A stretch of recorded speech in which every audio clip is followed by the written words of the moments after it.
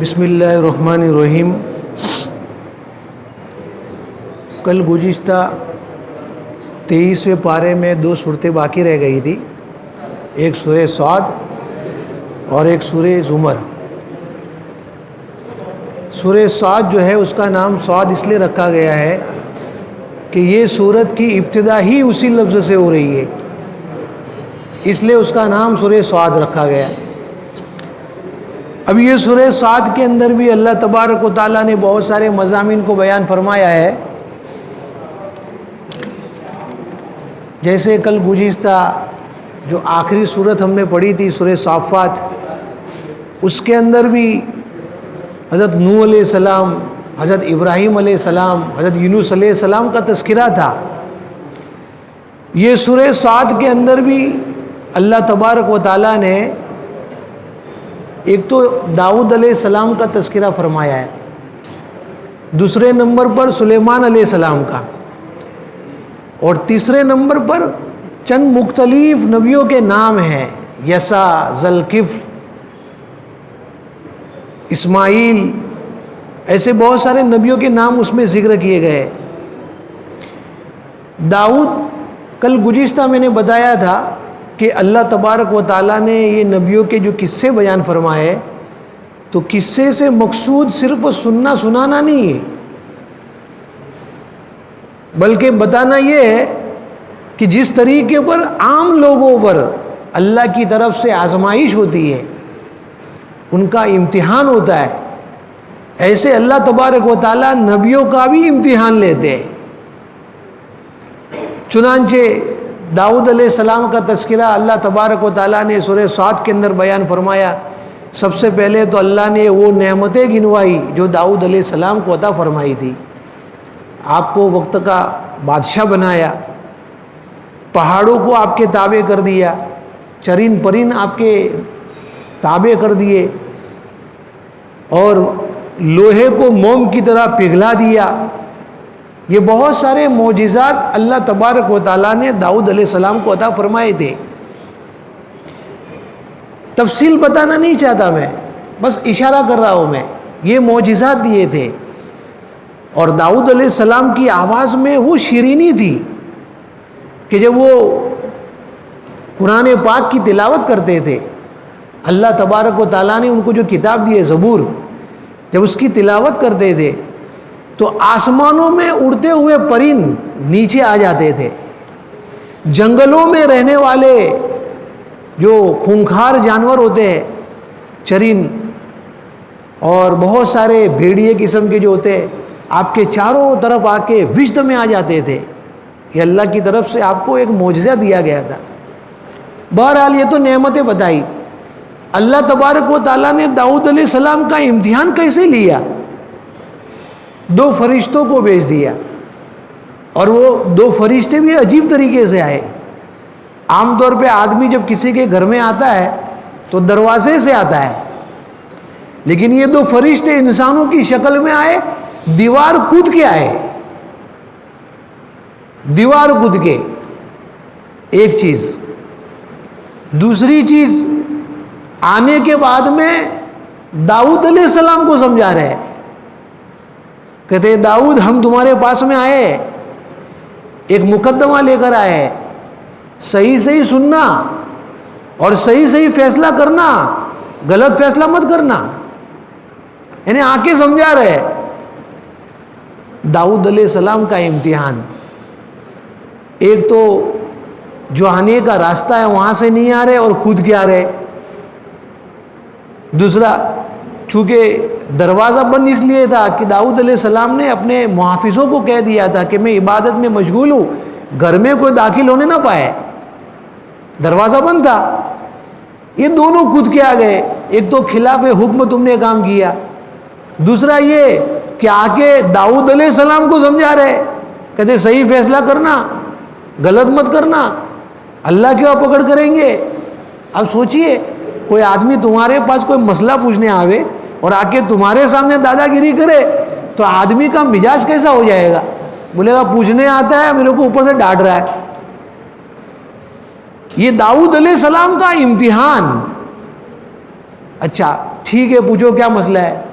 کہا کہ یہ میرا بھائی ہے، اس کے پاس 99 بکریاں ہے، بکریاں بھی ہے، بعض روایتوں میں دمبے ہے، اور میرے پاس ایک ہی بکری ہے۔ یہ میرا بھائی جو ہے میرے پاس سے ایک بکری وہ بھی لینا چاہتا ہے اور دادا گیری کرتا ہے، دے دے میرے کو چاہیے۔ اب بتاؤ کہ کیا کرنا چاہیے میرے کو؟ ایک مسئلہ پوچھا، داؤد علیہ السلام نے فوراً مسئلے کا حل تو بتا دیا، کہا کہ ٹھیک ہے تم جو کہتے ہو صحیح کہہ رہے ہو، یہ ظالم ہے تمہارا بھائی، 99 بکریاں اس کے پاس میں ہے، اس کو اس پر بس کرنا چاہیے، تمہارے پاس ایک بکری نہیں مانگنی چاہیے، تمہاری بات صحیح ہے، یہ ظالم ہے۔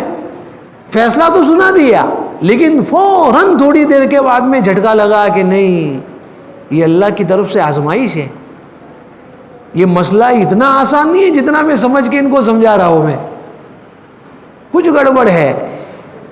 فوراً اللہ کے سامنے سجدے میں گر گئے، توبہ کر لی، اللہ سے معافی مانگی، یا اللہ میرے سے جو گناہ ہو گیا ہے تو اس کو معاف کر دے، میری غلطی اور میری لغزش کو معاف کر دے۔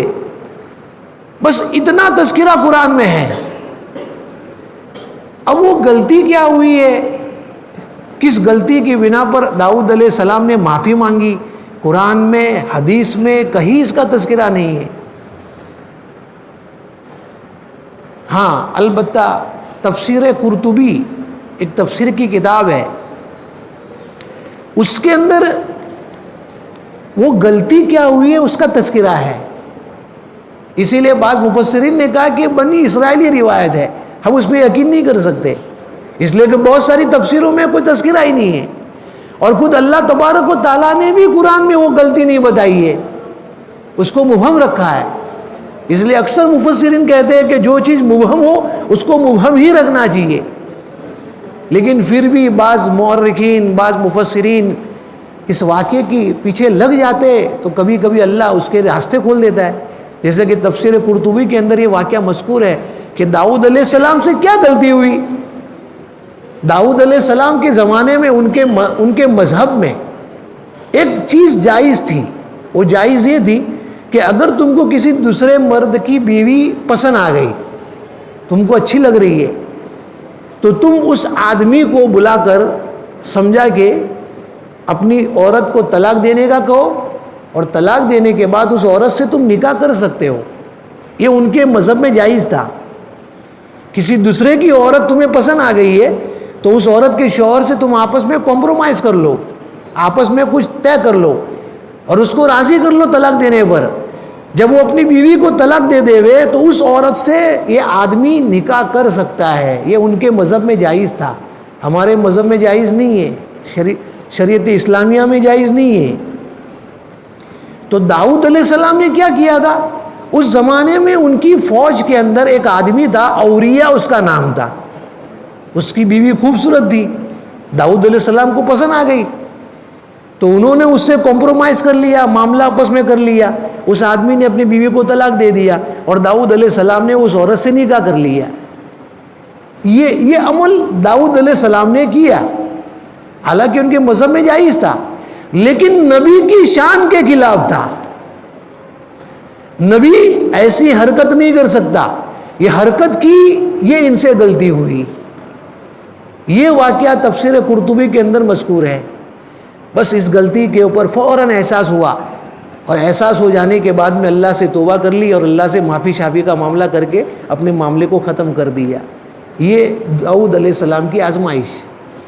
اسی طریقے پر ایوب علیہ السلام کا تذکرہ اس کے اندر ہے، سورہ صاد کے اندر، ان کی بھی آزمائش کتابوں میں، حالانکہ قرآن پاک کے اندر تفصیل نہیں ہے زیادہ، لیکن آپ کو دوسری کتابوں میں ملے گی، سیرت کی کتابوں میں، قصص القرآن کر کے کتاب آتی ہے، اس کے اندر اور بھی بہت ساری تفسیر کی کتابوں میں اس کی جو ہے نا تفصیل ملتی ہے کہ ایوب علیہ السلام جو ہے اللہ نے ان کو بہت نوازا تھا، بہت مالدار تھے، مال بھی بہت، اولاد بھی بہت، اور اللہ کے برگزیدہ بندوں میں سے تھے۔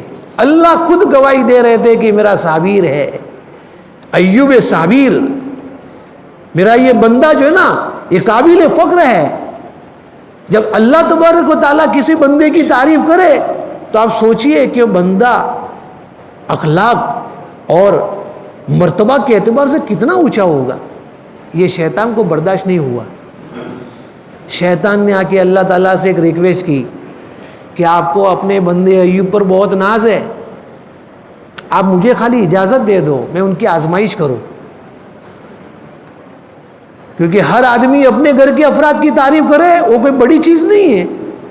کوئی باہر والا آدمی تعریف کرے یہ سمجھ میں آئے کہ بہت بڑا آدمی ہے. آپ مجھے اجازت دے دو میں تمہارے ایوب کی آزمائش کرنا چاہتا ہوں. اللہ تبارک و تعالیٰ نے اجازت دے دی.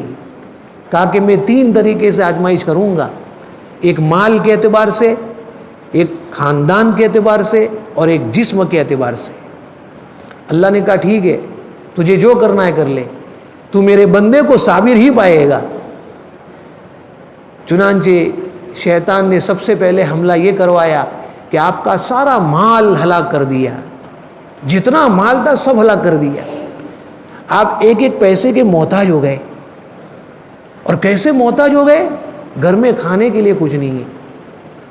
تفسیر کی کتابوں میں لکھا ہے کہ آپ کی گھر والی جن کا نام رحمت تھا, ایوب علیہ السلام کی بیوی کا نام رحمت, اتنی مجبور ہو گئی کہ دوسروں کے گھروں پہ جا کے برتن کپڑے اور گھر صاف کرنا, جیسے عام طور پہ بہت ساری عورتیں کرتی ہیں گھر کا کام پیسے کے لیے, دوسروں کے گھروں میں جا کے کام کرنے لگی اور اسی پیسے کے ذریعے میاں بیوی کا گزران ہونے لگا. ایک دم خلاص. اور اولاد کے اعتبار سے یہ حملہ کیا کہ ساری اولاد مر گئی. آپ کی زندگی میں ساری اولاد مر گئی. آپ اندازہ لگائیے کہ اگر کسی آدمی کا ایک بچہ مر جاتا ہے تو آدمی کے اوپر کیا گزرتی ہے. ایوب علیہ السلام کی ساری اولاد کو اللہ نے مروا دیا. شیطان کی آزمائش, سب خلاص. 2 کام ہوئے. تیسرا کام یہ ہوا کہ اللہ تعالیٰ کی طرف سے آزمائش کے طور پہ یہ ہوا کہ آپ کے جسم کے اوپر ایک ایسی بیماری لگ گئی جو متعدی ہوتی ہے.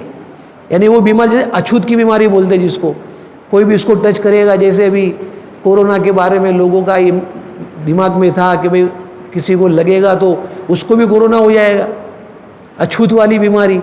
تو اللہ تبارک و تعالیٰ نے ایوب علیہ السلام کو ایسی بیماری دی جو متعدی بیماری تھی, کوئی بھی پاس میں جائے گا اس کو لگے گی, اور یہ آزمائش تھی. ورنہ اللہ تبارک و تعالیٰ اپنے بندوں کو ایسی حالت میں نہیں رکھتا. بیماری لگنے کی وجہ سے خاندان والے دور ہو گئے. سب سے پہلے تو مال چلا گیا. جو لوگ مال کی محبت میں آپ کے قریب رہا کرتے تھے سب ایک ایک کر کے دور ہو گئے.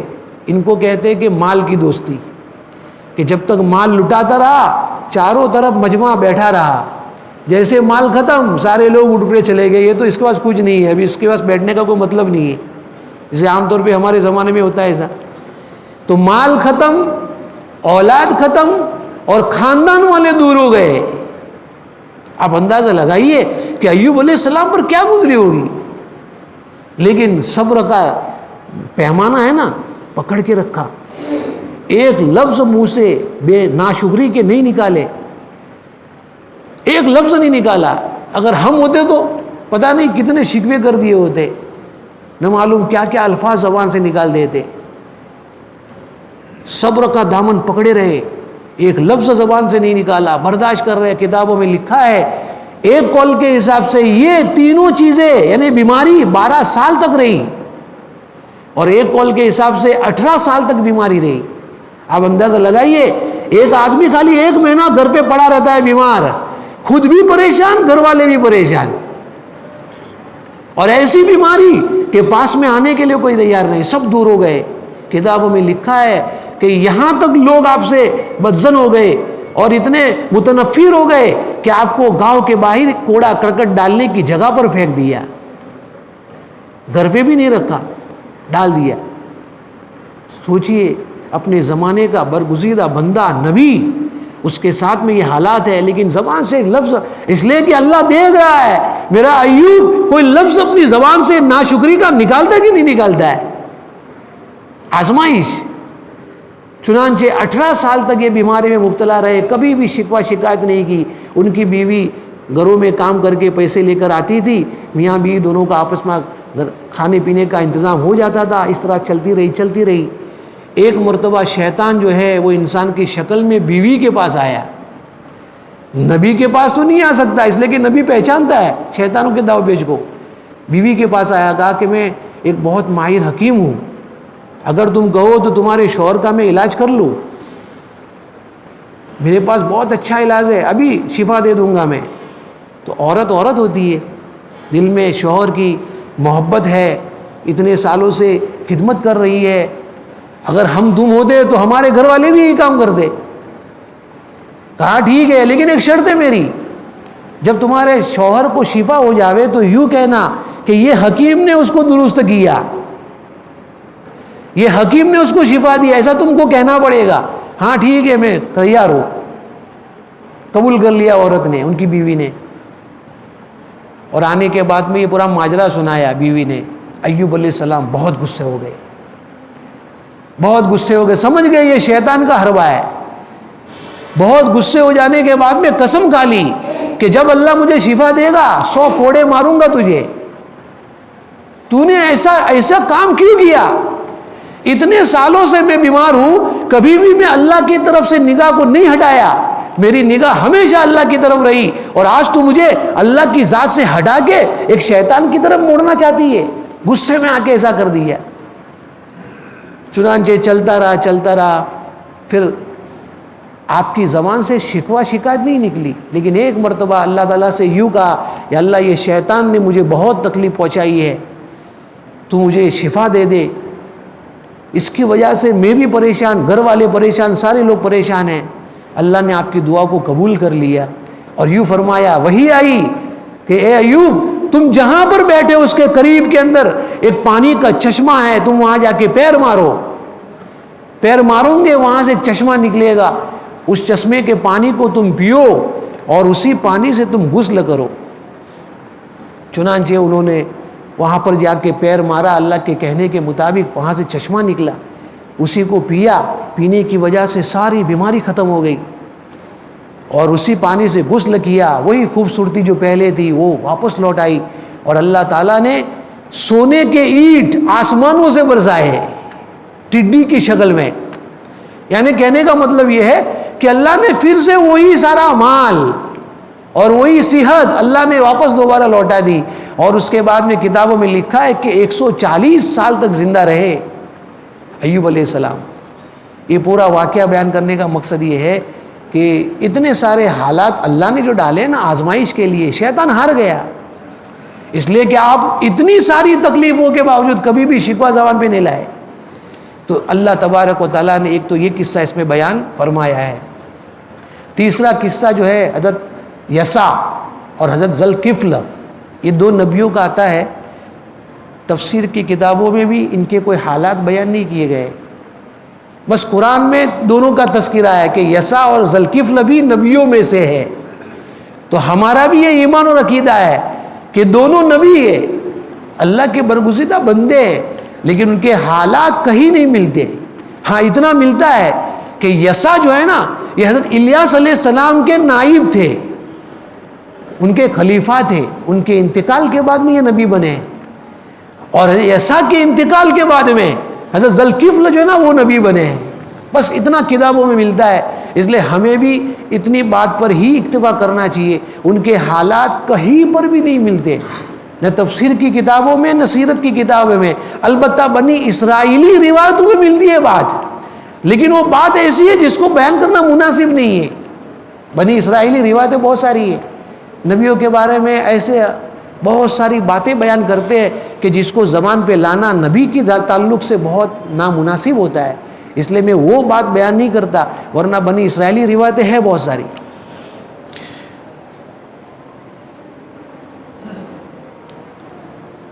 اس کے بعد میں سورہ زمر شروع ہوتی ہے. یہ سارے قصے سورہ صاد کے اندر ہیں.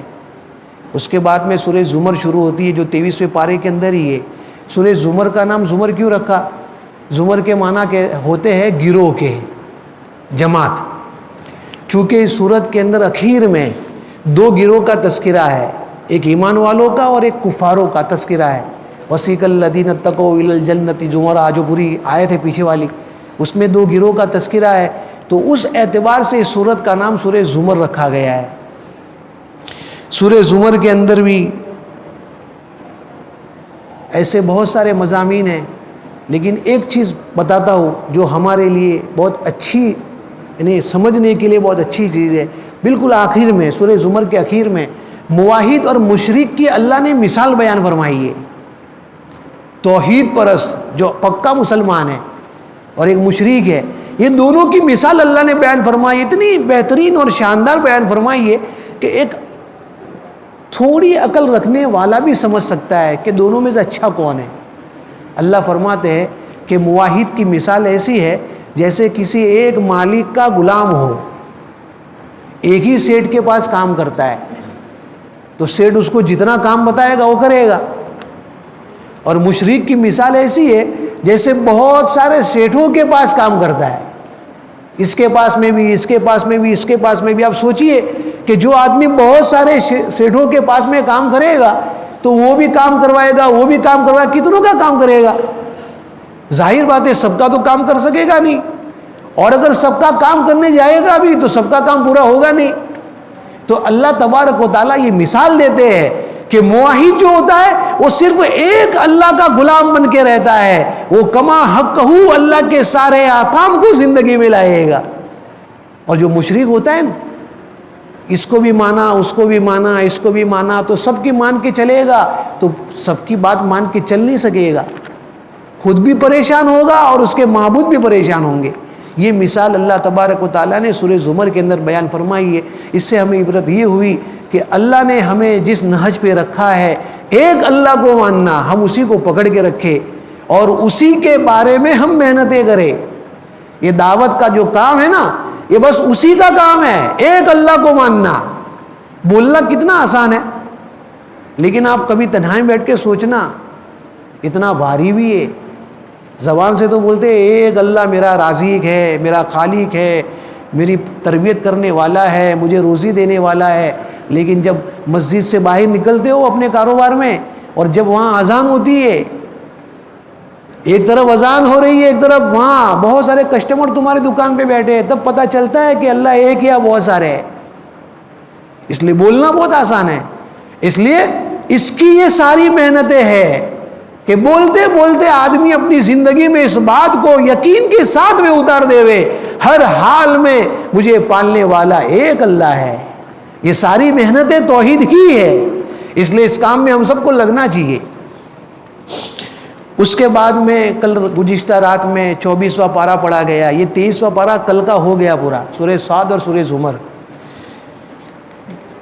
آج گزشتہ رات کو جو ہے 24واں پارہ پڑھا گیا، اس کے اندر بھی بہت سارے مضامین ہیں۔ اس میں سب سے بڑا مضمون ایک ہے جو بہت شاندار مضمون ہے کہ رحمت خداوندی سے مایوس نہیں ہونا چاہیے۔ اللہ تبارک و تعالیٰ نے قرآن پاک میں فرمایا، قُلْ يَا عِبَادِيَ الَّذِينَ أَسْرَفُوا عَلَىٰ أَنفُسِهِمْ لَا تَقْنَطُوا مِن رَحْمَةِ اللَّهِ إِنَّ اللَّهَ يَغْفِرُ الذُّنُوبَ جَمِيعًا۔ کتنی شاندار آیت ہے۔ آدمی اگر اس کا ترجمہ کریں ترجمہ اور ترجمہ کر کے بیٹھے بیٹھے سوچے، یقین جانیے آدمی روئے گا۔ ماں عائشہ رضی اللہ عنہا ایک آیت پڑھ کے پوری رات گزارتی تھی، قد من اللہ علینا ووقانا عذاب السموم۔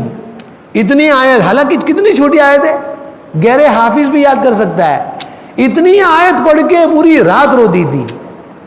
کیا چیز ہے وہ؟ قرآن پاک کی حقانیت، اللہ سے تعلق۔ جس آدمی کا اللہ سے جتنا تعلق ہوگا وہ اتنا زیادہ روئے گا۔ اللہ ہم سب کو اپنا قرب نصیب فرمائے۔ اس آیت شریفہ میں اللہ تبارک و تعالیٰ فرما رہے کہ اے میرے بندو، تم نے اپنی جانوں پہ بہت ظلم کر دیا ہے، بہت سارے گناہ کر دیے، آج بھی تمہارے پاس موقع موجود ہے، آ جاؤ میرے دربار میں، مجھ سے مانگ لو، اپنے گناہوں کی توبہ کر لو، میں آج بھی تمہیں معاف کرنے کے لیے بیٹھا ہوں۔ کہتے ہیں نا کہ جس آدمی کا دل ٹوٹا ہوا ہوتا ہے، ٹوٹے ہوئے دل کی اللہ کے وہاں جتنی قدر ہے اتنی قدر کسی اور کی نہیں ہے۔ یہ رمضان کا مبارک مہینہ چل رہا ہے، روزے رکھ رہے، اعمال کر رہے، ہمارے دل قلوب جو ہے نا نرم ہے، دل ٹوٹے ہوئے ہے، جتنے ایام گزر گئے ہمارے زندگی کے، جتنے سال گزر گئے، گناہ یاد ہو یا نہ ہو، اجمالی طور پہ اپنے گناہوں کی معافی اللہ سے مانگ لے ہوئے اللہ معاف کرنے کے لیے تیار بیٹھا ہے۔ یہ اصل میں آیت شریفہ جو ہے وہ ایک واقعے کے اوپر نازل ہوئی ہے۔ آپ علیہ السلام کے پاس چند گنہگار لوگ آئے تھے اور آ کے یوں کہا کہ اللہ کے نبی، ہم نے بہت سارے گناہ کیے، چوری کیا ہے، زنا کیا ہے، اللہ کی مخلوق کو ستایا ہے، ایسے ایسے گناہ کیے کہ ہم کو لگتا نہیں کہ اللہ ہم کو معاف کرے گا، کیا اگر ایمان میں داخل ہو جائیں گے تو کیا اللہ ہم کو معاف کرے گا؟ تو ان کے اس سوال کے جواب میں اللہ تبارک و تعالیٰ نے یہ آیت شریفہ نازل فرما کے یوں فرمایا، اے میرے بندے تو مانگ کے تو دیکھ، تو مانگ کے تو، تو مانگتے مانگتے تھک جائے گا، میں دیتے دیتے نہیں تھکوں گا۔ اس لیے ہمیں چاہیے کہ ہم اللہ سے مانگے، مانگنے کی بہت ضرورت ہے۔ حضرت حسن بصری رحمۃ اللہ علیہ زمانے کا ایک واقعہ مجھے یاد آ رہا ہے، میں آپ کو بتاتا ہوں، بہت اچھا واقعہ ہے، ہماری عبرت کے لیے واقعہ ہے۔ آپ قرآن کی تفسیر کا مطالعہ کر رہے تھے رات کے وقت میں، اس زمانے میں ایک نوجوان تھا، جیسے ہمارے زمانے میں بہت سارے نوجوان بگڑے ہوئے، اس نوجوان کے ابا کا انتقال ہو گیا تھا، ماں کی پرورش میں پڑ رہا تھا، پیسہ بہت تھا۔ اب ظاہر بات ہے کہ پیسہ ایک طرف زیادہ ہو اور ماں ہو تو عام طور پہ بچے بگڑ جاتے ہیں، کیونکہ باپ کی تربیت سے جو بچہ سدھرتا ہے وہ ماں کی تربیت سے نہیں سدھرتا، اس لیے کہ عام طور پہ ماں کا دل نرم ہوتا ہے۔ تو پیسوں کی فراوانی کی وجہ سے بچہ بگڑ گیا تھا، کھلم کھلا نمازیں توڑتا تھا، اللہ کے احکام کو توڑتا تھا، ایک ذرہ برابر ڈر نہیں لگتا تھا۔ جب اس کا انتقال ہونے آیا، اچھا اس کی ماں جو ہے نا بڑی نیک تھی، اکثر حضرت حسن بصری رحمۃ اللہ علیہ کے وہاں جایا کرتی تھی، اے اللہ کے بندے، اللہ کے بزرگ، آپ میرے بچے کے لیے دعا کیجئے، میرا بچہ بگڑ گیا ہے۔ ماں کو فکر تھی کہ میرا بچہ کچھ کر کے اچھا بن جائے، اکثر جایا کرتی تھی، ان سے دعائیں لیا کرتی تھی، لیکن بچے پہ کوئی اثر نہیں ہو رہا تھا۔ جب اس بچے کا انتقال ہونے کا وقت قریب آیا، اس بچے نے اپنے ماں سے کہا کہ امی جان، میں آپ کو 2 نصیحتیں کرتا ہوں، تم حسن بصری رحمۃ اللہ علیہ کے پاس جا کے یہ سنا دو۔ کیا ہے بیٹا میری؟ بتاؤ نصیحت کیا ہے؟ ایک نصیحت تو یہ ہے کہ میری طرف سے تم جا کے معافی مانگ لینا اور یوں کہنا کہ حضرت میرا بچہ بالکل آخری اسٹیج پر ہے، انتقال ہونے کا وقت قریب ہے، آپ سے وہ معافی مانگ رہا ہے، آپ اس کو معاف کر لو۔ دوسری وصیت میری یہ کرنا کہ اگر میرا انتقال ہو جائے تو حسن بصری رحمۃ اللہ علیہ کو کہنا کہ تم جنازے کی نماز میری پڑھانا۔ اب ماں تو ماں ہوتی ہے، کہا بیٹا ٹھیک ہے میں ابھی جاتی ہوں، فوراً چلی گئی۔ حضرت حسن بصری رحمۃ اللہ علیہ جو ہے نا درس قرآن کر رہے تھے، مسجد میں بیٹھے بیٹھے دیکھا کہ ایک عورت آئی ہوئی ہے، فارغ ہو گئے، پوچھا کیا بات ہے؟ کہا کہ حضرت میرے بچے کا بالکل آخری وقت ہے، اس نے آپ کو 2 باتیں پہنچانے کی مجھے ذمہ داری دی ہے۔ کہا کیا ہے؟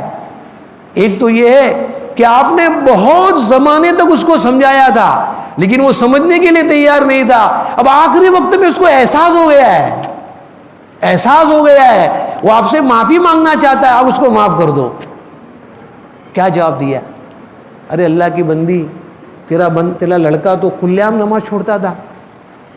ایک آپ کو مسئلہ بتا دوں، حضرت حسن بصری رحمۃ اللہ علیہ کا خود کا مسئلہ ہے، حنفیہ کا مسئلہ نہیں ہے، مسئلہ کہ حنفی کا نہیں مسئلہ ہے، یہ ان کا خود کا مسئلہ ہے کہ اگر کوئی آدمی جان بوجھ کے نماز توڑتا ہے تو ان کے نزدیک وہ کافر ہے، یہ ان کا تفرد ہے۔ کہا کہ اللہ کی بندی تیرا بچہ تو نماز نہیں پڑھتا تھا، میرے نزدیک تو کافر ہے، میں اس کو معاف نہیں کر سکتا، اب اس کو اللہ کے حوالے کرتا ہوں۔ دوسری نصیحت کیا ہے؟ کہا کہ جب میرا انتقال ہو جاوے، میرے بچے نے یوں کہا ہے کہ آپ اس کی جنازے کی نماز پڑھانا۔ کہا کہ اللہ کی بندی یہ تو کافر ہے، میں کافر کی جنازے کی نماز نہیں پڑھاتا، جاؤ۔ چلی گئی وہاں سے، روتی روتی چلی گئی۔ آپ سوچئے کہ اس ماں کے اوپر کیا گزری ہوگی کہ ایک اللہ کا ولی یہ کہہ رہا ہے۔ روتے روتے ماں جب گھر پہ پہنچی ہے، بچے نے بھاپ لیا کہ میری درخواست قبول نہیں ہوئی ہے۔ امی جان کیا ہوا؟ کہا کہ بیٹے تیری ایک بھی درخواست حسن بصری رحمۃ اللہ علیہ نے قبول نہیں کی ہے۔ کہا ٹھیک ہے امی جان، میری 2 نصیحتیں تم کو کرتا ہوں، تم سن لو۔ کہا کیا ہے؟ ایک وصیت تو یہ ہے جب میرا انتقال ہو جاوے میرے گلے میں رسی ڈال کے کھینچ کے لے جانا، کندھوں پہ اٹھا کے مت لے جانا مجھے، تاکہ دنیا والوں کو پتہ چلے کہ جو اللہ کا نافرمان ہوتا ہے، جو ماں باپ کا نافرمان ہوتا ہے، اس کی دنیا میں یہ سزا ملے گی اور آخرت میں تو ہے مجھے گھسیٹتے گھسیٹتے لے جانا۔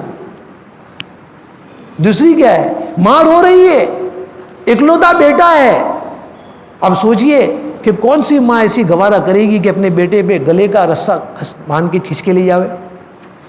دوسری نصیحت کیا ہے، امی جان جب میرا انتقال ہو جائے مجھے قبرستان میں دفن مت کرنا، جو عام پبلک کا قبرستان دفن مت کرنا، مجھے اسی گھر کے کونے میں کہیں دفن کر دینا۔ کیوں؟ اس لیے کہ میں اتنا بڑا گنہگار ہوں کہ میرے گناہوں کی وجہ سے کہیں ایسا نہ ہو کہ اس قبرستان والوں کو عذاب ہو جائے۔ ماں رو رہی ہے، آنسو کی لڑیاں بہہ رہی ہے اور اس بچے کا انتقال ہو گیا۔ رات کے وقت میں حسن بصری رحمۃ اللہ علیہ قرآن کی تفسیر کا مطالعہ کر رہے تھے، تھوڑی اونگ آ گئی، اللہ کی طرف سے الہام ہوا۔ دیکھو یہ الفاظ دیکھو، اے حسن بصری تو میرا کیسا ولی ہے کہ میرے ولی کی جنازے کی نماز پڑھانے سے انکار کر رہا ہے۔ الفاظ سنیے، اے حسن بصری تو میرا کیسا ولی ہے کہ میرے ولی کی جنازے کی نماز پڑھنے سے انکار کر رہا ہے۔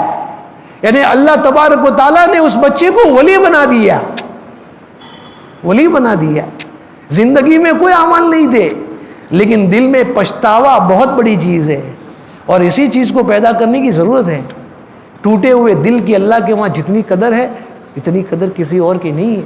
اللہ سے مانگے، رمضان کا مبارک مہینہ ہے، ابھی ہمارے سامنے اعلان ہوا تھا، کتنے افسوس کی بات ہے، کتنے بد نصیب ہیں وہ لوگ کہ رمضان کا مبارک مہینہ اللہ نے ہم کو بخشش کے لیے دیا ہے۔ عام دنوں میں بندہ کو اللہ کی طرف جانا پڑتا ہے، رات کو اٹھنا پڑتا ہے، اللہ سے مانگنا پڑتا ہے، لیکن رمضان کے مبارک مہینے میں اللہ خود آتے ہیں، اعلان کرواتے ہیں، ارے بخشش مانگ تجھے معاف کر دوں گا، ارے روزی مانگ تجھے روزی دے دوں گا، ارے دنیا کی کوئی چیز تیرے کو مانگنی ہے تو مانگ دے دوں گا۔